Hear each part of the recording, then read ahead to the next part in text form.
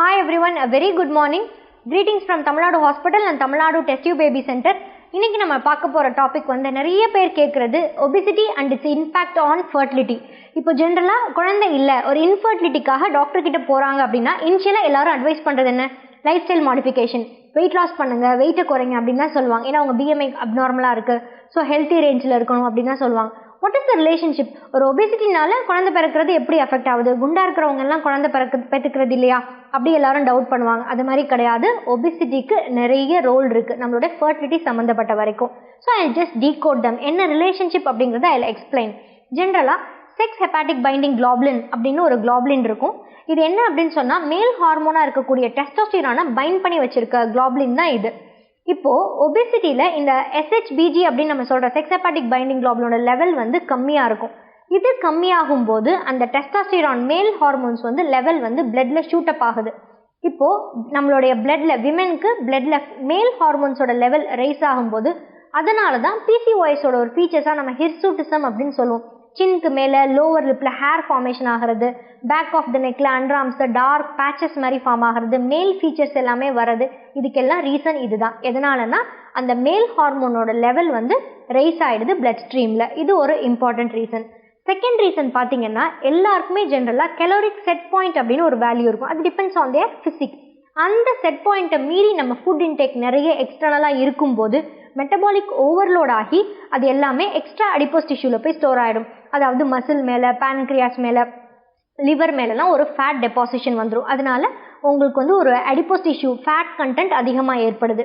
இன்னொரு முக்கியமான ரீசன் என்னன்னு பார்த்தீங்கன்னா ஆடிப்போநெக்டின் அப்படின்னு சொல்லுவோம்.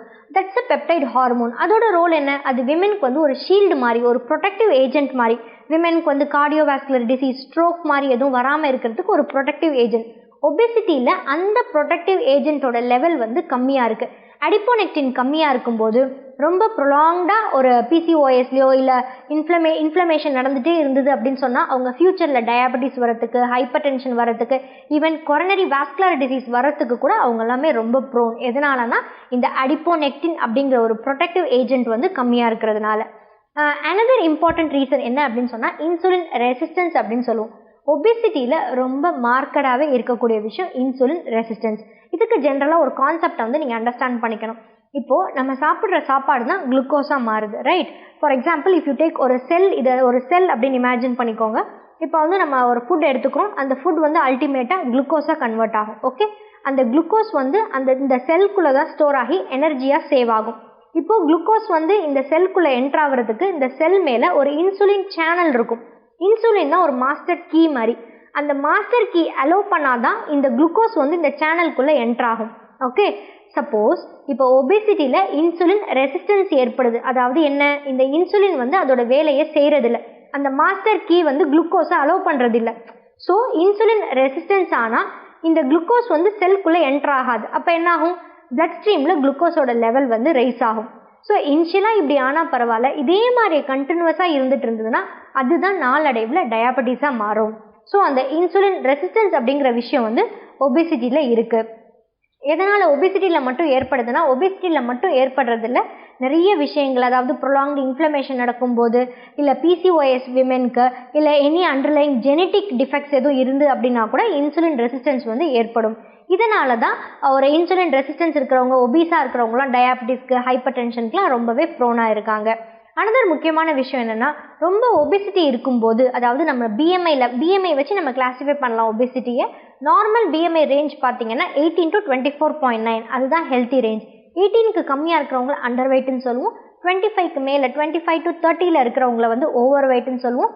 30 to 35 இருக்கிறவங்க ஒபிசிட்டி, அபவ் 35 இருக்கிறவங்க மார்பிட்லி ஒபீஸ். ஸோ இந்த கேட்டகரியில் இருக்கிறவங்களுக்கும் ஒரு நார்மல் கேட்டகரியில் இருக்கிறவங்களுக்கும் ஒரு ட்ரக்கை போடும்போது அதோட எஃபெக்ட் வந்து வேரி ஆகும். இப்போ சப்போஸ் ஒரு கொண்டோட்ராஃபின் இன்ஜெக்ஷனு ஏதோ ஒரு டேப்லெட்டும் நம்ம கொடுக்குறோம் அப்படின்னா ஒரு ஒபீஸ் உமனுக்கு ஏற்படுற எஃபெக்ட்ஸும் ஒரு லீன் விமனுக்கு ஏற்படுற எஃபெக்ட்ஸுமே டிஃபர் ஆகும். So obesity per se has negative effects on fertility. ஃபர்டிலிட்டியில் தன்னைத்தானே, அதாவது ஒரு ஃபர்டிலிட்டி பொட்டன்ஷியலை குறைக்கக்கூடியது ஒபிசிட்டிக்கு உண்டு. ஏன்னா ஒபிசிட்டி இருந்தால் அசோசியேட்டடாக டயாபெட்டிஸ் வரும், அதோடு சேர்த்து தைராய்டு வரும். இதெல்லாம் கிளப் ஆகும்போது பீரியட்ஸ் வந்து இர்ரெகுலராக வரும்.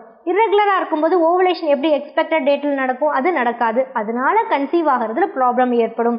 அப்போ குண்டாக இருந்தால் கன்சீவ் ஆக மாட்டாங்களா? அப்படி கிடையாது. ஃபெமிலியலாக இருக்காங்க, ஜெனட்டிக்காக இருக்காங்க அப்படிங்கும்போது அது சில பேருக்கு பிரச்சனை இருக்காது. ஆனால் குழந்தை இல்லை அப்படின்னு நம்ம எவாலுவேட் பண்ணும்போது ஒபிசிட்டி இருந்தால் இவ்வளோ விஷயங்களை நம்ம பார்க்கணும். ஏன்னா ப்ரெக்னென்சியில் அதுக்கு நிறைய நெகட்டிவ் இம்பேக்ட் உண்டு. So that's why doctors are advising lifestyle modifications.